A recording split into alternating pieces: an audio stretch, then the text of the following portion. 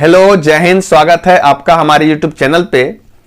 बच्चों के बहुत अच्छे अच्छे सवाल आ रहे हैं और आज जो मैं सवाल लेके आया हूं वो बच्चों ने लाभ हानि चैप्टर से एक सवाल भेजा है।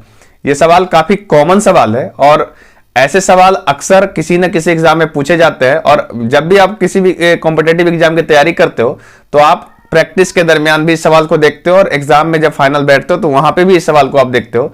इस तरह का काफी कॉमन सवाल होता है और हमेशा ही ये पूछा जाता है। तो इस हिसाब से अगर आप प्रतियोगिता परीक्षा के हिसाब से देखें इस सवाल को तो काफी इंपॉर्टेंट हो जाता है ये सवाल। ठीक है, तो जल्दी से हम आपको सवाल दिखाते हैं कि सवाल क्या कह रहा है और फिर इसका हम सॉल्यूशन आपको बताते हैं कि आप इसका सॉल्यूशन किस तरीके से दे सकते हो। सवाल अभी आपके देखिए स्क्रीन पे भी दिख रहा होगा। ठीक है, एक बार हम सवाल पढ़ देते हैं, उसके बाद आपको हम इसका सॉल्यूशन बताते हैं। देखिए सवाल क्या कहता है। तो सवाल देखिए आपके स्क्रीन पे कह रहा है कि एक आदमी 5 घोड़े और 10 गाय 10,000 रुपये में खरीदता है। वह घोड़ों को 15% लाभ और गाय को 10% हानि पर बेचता है तो उसे 375 रुपये का लाभ होता है। एक घोड़ा और एक गाय का क्रय मूल्य अलग अलग ज्ञात करें। ठीक है, आपका जो ऑप्शन दे रखा है, ऑप्शन है पहला ऑप्शन 1,000 और 400, 1,000 450, 1,100 और 400, 1,100 और 450। ये आपका 4 ऑप्शन दे रखा है। ठीक है, चारों ऑप्शंस काफी अच्छे हैं और इस सवाल को आप जब बनाओगे तो आपका कई मेथड हो सकते हैं। जैसे एक आप बेसिक मेथड से बनाते हैं तो आप वहां से ही बना सकते हैं, पर बेसिक मेथड में ऐसे सवाल को बनाने में बहुत ज्यादा समय चला जाता है। ठीक है, तो इस सवाल को बनाने के लिए जो हम आपको अप्रोच बता रहे हैं जिसको हम लोग एलिगेशन मेथड करते हैं और उसी मेथड का उपयोग करेंगे तो आपका समय भी बचेगा और सवाल आसानी से बन जाएगा।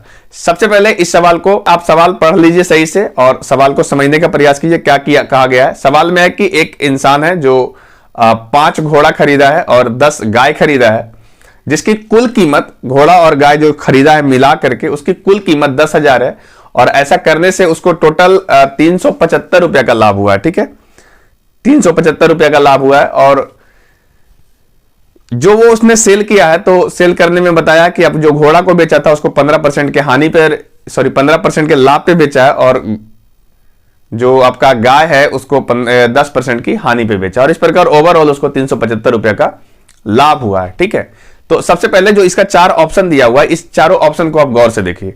आपसे जो सवाल पूछा गया उसको भी ध्यान से देखिए और इसके चारों ऑप्शन को देखिए। जब आप चारों ऑप्शन को देखेंगे, हम एक बार चारों ऑप्शन को थोड़ा सही से लिख दे रहे हैं, उसके बाद आपको बताते हैं कि क्या कर सकते हैं। देखिए इसका जो 4 ऑप्शन है वो दे रखा है आपका। सबसे पहला ऑप्शन दिया है 1,000 और 400।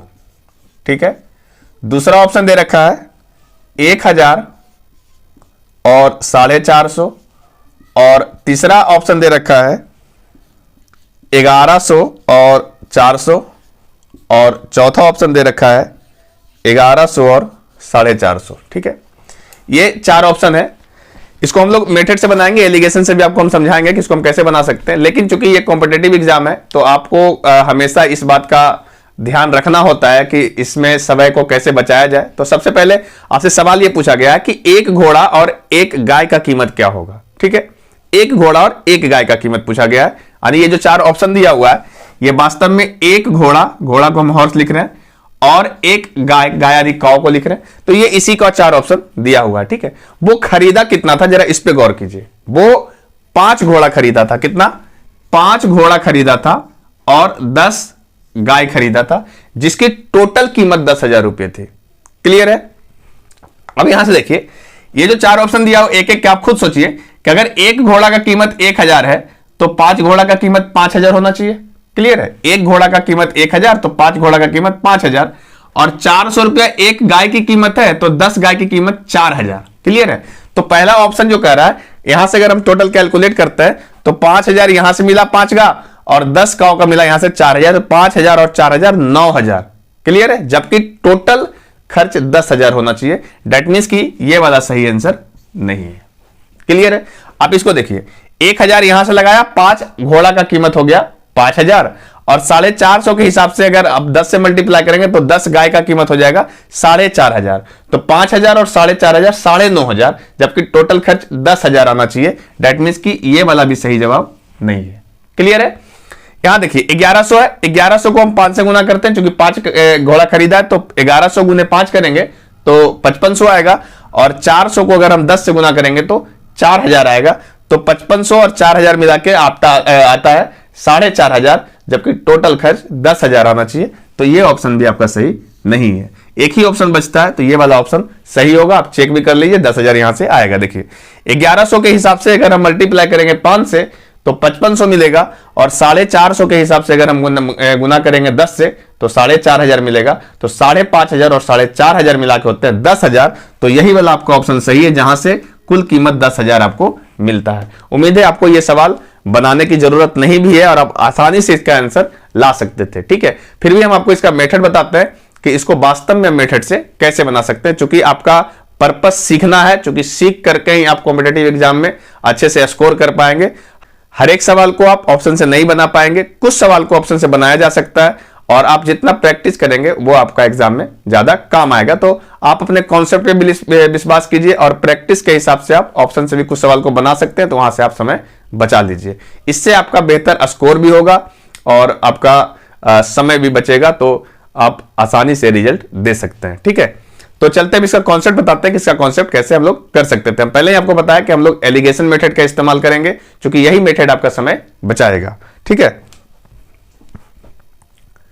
तो देखिए एलिगेशन मेथड में क्या करना है आपको कि सबसे पहले किसी भी चीज का लाभ या हानि दिया हुआ है तो आप उसको एक कॉर्नर पे रखते हैं, और किसी दूसरे चीज का लाभ और हानि दिया हुआ होता है तो उसको दूसरे कॉर्नर पे रखते हैं, और ओवरऑल चीजों का लाभ और हानि दिया होता है तो उसको हम लोग बीच में रखते हैं, और इस तरीके से एलिगेशन लगाया जाता है। हम एक बार आपको समझाने की कोशिश करते हैं। देखिए यहां पे हम लाभ और हानि का परसेंटेज रख सकते हैं, क्लियर है? यहां पे भी हम लोग लाभ और हानि का परसेंटेज रख सकते हैं। ठीक है, ये आपका जो है 5 गाय का है, यहां पे सॉरी 5 घोड़ा का है, हॉर्स लिख रहे हैं, और ये वाला जो है 10 गाय का बोला है तो 10 काव लिख देते हैं। ठीक है, ये इसका परसेंटेज और ये इसका परसेंटेज। जो चीजें लाभ हुआ है उसको हम लोग प्लस के साथ लिखेंगे, तो बोला है 5 घोड़ा को 15% के लाभ पे बेचा है, इसलिए हम इसको 15% यहां पे लिख दे रहे हैं, और ये प्लस में होगा, ये बात आप याद रखेंगे। ठीक है, और 10 गाय जो है उसको 10% की हानि पे बेचा गया है, तो आप इसको माइनस में 10% लिख सकते हैं, चूंकि हानि हुआ है। क्लियर है? यहां पे 5 घोड़ा और 10 गाय को बेचने के बाद ओवरऑल यहां पे भी परसेंटेज में ही आपको लिखना पड़ेगा, जबकि वो दिया है 375 रुपया का उसको लाभ होता है, तो आप यहां 375 रुपया नहीं लिख सकते, क्योंकि ये परसेंटेज में है, ये परसेंटेज में है, तो आपको यहां पे भी परसेंटेज में ही डालना पड़ेगा। ठीक है, तो आप ये पता कर लीजिए कि 10,000 रुपया में इसको 375 का लाभ हुआ है। समझने का कोशिश कीजिए, 10,000 रुपया टोटल क्रय मूल्य है और उसमें से 375 का लाभ हुआ है, तो ये कितना परसेंट होगा? तो आप इसको आसानी से परसेंटेज में ला सकते हैं। देखिए यहां से यहां लिख दे रहे हैं, देखिए 375 है और टोटल खर्चा है 10,000 का, और इसको परसेंटेज में लाने के लिए हम 100 से मल्टीप्लाई करेंगे, तो ये 2 जीरो कैंसिल होगा और ये आएगा 3.75 परसेंटेज। आप यही वाला परसेंटेज यहां पे डाल दीजिए, आसानी से ये सोल्व हो जाएगा। तो ये आएगा प्लस में 3.75%। ठीक है, यही छोटा सा कॉन्सेप्ट था, चूंकि वो रुपया में दिया था, आपको परसेंटेज में ला करके लाभ को रखना है, ताकि यहां पे भी लाभ है, यहां पे भी लाभ है और यहां पे भी लाभ है, तो आपका काम सॉरी यहां पे लाभ है परसेंटेज में, यहां पे हानि है परसेंटेज में, और यहां पे लाभ परसेंटेज में ओवरऑल आपको दिख रहा है। ठीक है, अब आप जब एलिगेशन लगाते हैं तो एक बात हमेशा याद रखिए, यहां पे जो बीच वाला वैल्यू आता है वो हमेशा ही एक से कम आता है और दूसरे से ज्यादा आता है। क्लियर है? एक से कम आएगा और दूसरे से ज्यादा आएगा, ये हमेशा ही होगा। ठीक है, यहां पे भी देखिए ये प्लस में 3.75% है, जो कि 15% से कम है, लेकिन माइनस 10% से तो ज्यादा है। क्लियर है? तो आप यहां पे एलिगेशन लगा सकते हैं। अब यहां से देखिए इस तरीके से जब हम अब यहां पे एलिगेशन लगाएंगे तो ये बड़ा वाला में छोटा वाला घटेगा, तो देखिए यहां से 15 में से 3.75 घटाएंगे तो ये 0.25 इधर बच गया, और 14 में से 3 गया तो यहां पे 11 बचेगा। क्लियर है? इतना परसेंट यहां पे बचा, और इधर से जब करेंगे तो ये दोनों जुड़ जाएगा, क्योंकि ये माइनस में है तो ये ज्यादा वैल्यू, इसमें माइनस करेंगे 10 को तो प्लस हो जाएगा, तो ये आ जाएगा 13.75%। क्लियर है? आप हमेशा समझिए कि यहां पे जो रेशियो मिलता है ना, ये वाला रेशियो, ये रेशियो हमेशा ही वो चीजें का रेशियो मिलता है जो जिसके कंपैरिजन में हम बात करते हैं। तो चूंकि ये लाभ और हानि का केस है, तो लाभ और हानि क्रय मूल्य के कंपैरिजन में बात होता है, तो ये नीचे वाला रेशियो क्रय मूल्य का ही मिलेगा। ठीक है, हम इस रेशियो को थोड़ा सही लिख देते हैं। क्या आया? देखिए ये रेशियो में देखिए परसेंटेज तो है, परसेंटेज को हम काट सकते हैं, इसको हम काट के हटा दे रहे हैं, ये पॉइंट और ये पॉइंट कट जाएगा। क्लियर है? इसको हम 5 से काटते हैं तो देखिए 5 से काटेंगे तो क्या होगा, 5 दूनी 10, 5 सत्ते 35 और 5 पचे 25। इसको हम 5 से काटेंगे तो 5 दूनी 10, 5 दूनी 10 और 5 पचे 25। इसको अगेन 5 से हम कट करेंगे तो 5 पचे 25 और ये 5 पचे 25। इसको 5 से कट करेंगे तो 5 चक 20 और 5 पचे 25। एक बार और 5 से कटेगा ये, तो ये आपका आएगा 11 और इधर से ये आएगा 9। क्लियर है?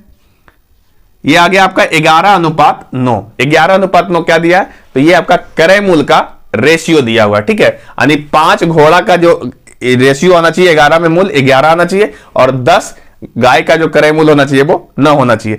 अब रेशियो के हिसाब से आप खुद देखिए, रेशियो के हिसाब से 11:9 आया हुआ है। आपसे पूछा क्या गया है, एक घोड़ा और एक गाय का जो रेट है वो बताइए क्रय मूल्य क्या होगा। तो आप यहां से खुद सोचिए कि यहां से 11 और 9 जोड़ के क्या आ जा रहा है, तो 11 और 9 जोड़ करके ये 20 आ जा रहा है। ठीक है, 11 और 9 20 आ रहा है, जबकि टोटल कीमत कितना होना चाहिए, टोटल कीमत 10,000 दे रखा है। क्लियर है? तो 20 का मतलब 10,000 हो गया। तो यहां से हम 1 का मतलब निकालना चाहें तो 1 का मतलब आ जाएगा 20/2500 अर्थात 500 रुपया। ठीक है, तो 11 का मतलब कितना आएगा, 11 का मतलब आ जाएगा 5500। क्लियर है? 11 5 55 हो गया। और 9 का मतलब आएगा, 9 का मतलब आ जाएगा 4500। क्लियर है जी? 9 का मतलब कितना आया, 4500। अर्थात 5 घोड़ा को जो है 11 आना चाहिए था, 11 का मतलब है 5 5500 यानी 5500 में खरीदा था, और 10 गाय को जो है 4500 में खरीदा था। तो आप खुद सोचिए कि अगर ये 4500 रुपया में 5 घोड़ा खरीदा है तो जो घोड़ा एक घोड़ा का कीमत होगा वो कितना हो जाएगा, 5500 तो टोटल दाम है, और एक को खरीदा है तो यहां पे हम 5 टोटल 5 खरीदा तो 5 से भागा दे देंगे तो 1 का निकल जाएगा, तो ये वैल्यू आ जाएगा 1100 रुपया। और एक गाय का पूछा है तो गाय टोटल खरीदा गया है 4500 रुपया में 10 को, तो एक का आपका हो जाएगा 450 रुपया। अर्थात आपका जो सही आंसर होगा 1100 और 450 इसका बिल्कुल सही जवाब होगा। ठीक है, तो ये सारा कैलकुलेशन करके आप आंसर ला सकते थे। इसको हम लोग एलिगेशन मेथड बोलते हैं और इसका ही इस्तेमाल करेंगे तो आपको समय बचेगा। जबकि हम आपको शुरुआत में ही बता दिए कि इसमें कलम लगाने की जरूरत भी नहीं है, आप आसानी से इस सवाल को, ऐसा सवाल जब भी आपको दिख जाए आप ऑप्शन को जोड़ करके और आप इसका आंसर दे सकते हो। उम्मीद है ये सवाल आपको समझ में आया होगा। अगर आपका भी कोई भी ऐसा सवाल है जो आप प्रैक्टिस के दरमियान नहीं बन पा रहे हैं, आपसे सॉल्व नहीं हो पा रहा है, कोई हेल्प नहीं कर पा रहा है, तो आप हमारे दिए हुए व्हाट्सएप नंबर पे सेंड करिए। जो भी इसका सही कॉन्सेप्ट के साथ इसका जो जवाब होगा वो भी प्रोवाइड कराने की पूरी कोशिश करेंगे। ठीक है, और अभी आपका जो एएलपी का नोटिफिकेशन आने वाला है, उम्मीद है कि बहुत जल्द ये आ जाएगा, है ना। तो इसकी तैयारी में आप अभी से लग जाइए। और हमारा मोटिव भी यही है, पिछले साल भी हम लोगों ने करीब 25-30 बच्चों का सिलेक्शन करवा चुके हैं इसमें एएलपी और टेक्नीशियन वाले में।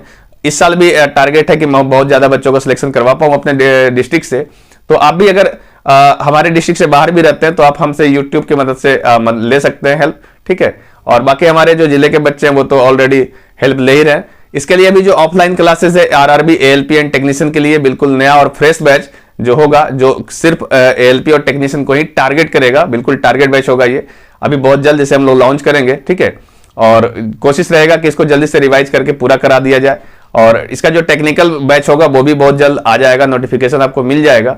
तो कोई भी बच्चा जो आपके आसपास में है जो एएलपी और टेक्नीशियन की तैयारी करने के लिए अभी इच्छुक होगा, आप उसे इंफॉर्मेशन दे सकते हैं। ठीक है, मैं एक बात और भी करना चाहूंगा कि ये एएलपी और टेक्नीशियन का एग्जाम बहुत बड़ा एग्जाम नहीं है, बहुत ज्यादा हाई फाई एग्जाम नहीं है, बहुत हार्ड सवाल नहीं आते। अगर आप आसानी से इसको थोड़ा सिलेबस को पूरा करो और बैठ के थोड़ा रेगुलर घंटा 2 घंटा पर डे पढ़ लो तो आसानी से ये इसका जो एग्जाम है क्रैक हो जाता है। ठीक है, आप लोग इसको टेंशन के तौर पे मत लीजिएगा कि ये इतना बड़ा एग्जाम आ गया, बहुत बड़े कोचिंग पकड़ने की जरूरत है, एकदम यहाँ से पटना और दिल्ली निकलने की जरूरत है। ये बिल्कुल नहीं है, छोटे शहर में है, वहीं पे अपना जो लोकल टीचर है आप वहां से जो करवा रहे हैं उस पर फोकस, उसको लेकर के आप काम करिए और उनके साथ में थोड़ा डिस्कस करते रहिए और पर डे घंटा 2 घंटा पढ़ते रहिए, आपका रिजल्ट जो है हो जाएगा। ठीक है, अभी सबसे पहले नॉन टेक को क्लियर कर लीजिए आप। जैसे आपका मैथ, रीजनिंग और साइंस है, ये जो बेसिक 3 सब्जेक्ट है मैथ, रीजनिंग और साइंस, इसको पूरा करिए सबसे पहले चीज। ठीक है, टेक्निकल तो जब आपका आएगा तो आपको कटअप पार करना है, उसमें बहुत ज्यादा उसमें नहीं करना है। ठीक है, जब आएगा, जैसे ही नोटिफिकेशन आ जाएगा तो टेक्निकल बैच आ जाएगा और आसानी से हम लोग कट ऑफ को पार कर लेंगे। ठीक है, IITI लेवल का पास कराना बहुत मुश्किल चीज नहीं है, आप आसानी से इसको पढ़ोगे। मैं फिर कह रहा हूं कि मैं पिछले साल भी 25-30 बच्चों का आसानी से सिलेक्शन करवा चुका हूं, तो इस बार भी आसानी से रिजल्ट होगा, ये मुझे पूरा उम्मीद है। ठीक है, तो पहले नोटिफिकेशन आने देते हैं कि क्या उसमें कुछ बदलाव होता भी है या फिर सेम पैटर्न पे चीजें आती है। ठीक है, तब हम लोग टेक्निकल पे सोचेंगे।